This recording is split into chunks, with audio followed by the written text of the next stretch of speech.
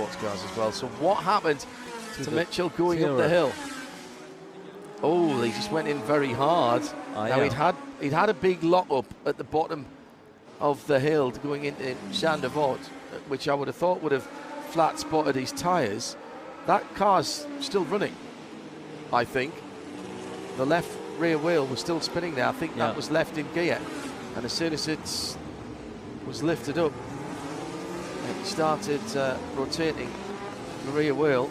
I think there's damage on the right-hand side, but once again, our marvellous marshals have done exactly what they needed to do and done it with speed and efficiency. Blue flags waving, and three cars across the track. That is a power move by Guillaume Roman, and once again the Surtees doesn't make the chicane, trying to stay on the tail. Now that is a bit of advantage that had been given there by the Surtees. And who's coming in at the back of the shot? Our race leader. Philippe Bonny has damaged the front end of the Trojan. And so actually that battle for fourth place was about to have our race leader coming through, so really disappointing. Rascasse, I think that one, Bruce. I think you're right. So which is where the battle's to now. Yeah, right at the end of the lap. There they go past. There's the end sign. Oh, there's two cars. He's got in. Oh no, Fred Lejeune out in that battle for fourth place. He should come back. And now he's been first into Doug Mockett. Well, nothing Doug could do. He was turning into a very sharp corner. He suddenly got the Surtees going backwards. Logjam at Rascasse. So our race leader Stuart Hall was sort of in the middle of that pack, about to put a lap on the battle for fourth place, and it's raged furiously all race, and maybe a little more furiously now. Yeah, it didn't quite get enough lock on, didn't realise maybe that there was a car at the side of the road, and we have got rain falling now. The spits and spots have become a little more heavy, and this was the part of the circuit where it first started. Yeah. And I wonder if that has caused the problem initially. Yeah, it looks really slippery coming out of the swimming pool area, and that front end and back end grip caused a problem, or lack thereof. Trojan went in. That's just understeer. That's a slow speed accident. And the ex-Tim Schenken car pulling in now. Well done for getting the ensign round, but then the Surtees didn't get round, and he's all right. He's not hit anything at this point. Doug Mockett swings round and would have been absolutely fine had the Surtees not gone into reverse, and that looked like a broken steering arm. A full safety car for the first time this weekend, Bruce. Okay, margin of advantage for our race leader is about to be dissipated is 11.2 seconds, and he was about to lap that battle for fourth place. Was just suitably ahead of Michael Lyons, and that's going to come down. So we've got a bright yellow Toyota safety car coming out onto the circuit, 2 laps remaining, and it'd be interesting to know how far round the circuit do we have rain. People in the grandstands putting on rain jackets. This part of the circuit, Rascasse, right in front of our commentary box, definitely rain here. It had been threatening since the start of the race. Light rain, but clearly the way Philippe Bonny just could do nothing. No. Look, you can see the sheen on the wet tyre, on the slick tyres now. So a 3-car incident has brought out the Toyota Supra GR safety car.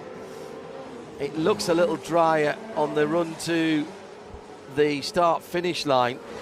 Stuart Hall will start his last lap next time around. Yeah, maybe the Tyrrell also had the same problem, but it was a part of the circuit. You may be right. Quite possible at the top of the hill, but changing situation, but without heavy rain, but just enough to make things a bit different. Now, what I reckon we'll have is one car. Yeah, we do, between our race leader, not the John Day Models March, this one, car 33, the Yardley McLaren.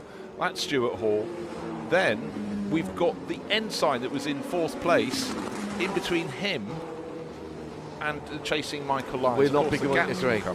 This is going to be it, because we're on the last lap. The big problem is going to just be getting through those cars. At least they all know they're there now, so they will be able to negotiate, one would hope. But if it gets much wetter, actually getting enough lock on to turn right and get up the hill, and the further over to the left that you get there at Rascasse, the more the track actually falls away, and the camber is not helping you there. It's pulling you to the left. The big question there is, can they move Doug Mockett's Penske, because he's 2/3 the way across the circuit. It's tight enough under normal conditions when it's not slippery. If you wanted to go up the inside third, that's going to be difficult, but it's greasy down there, so hopefully the Penske has been moved.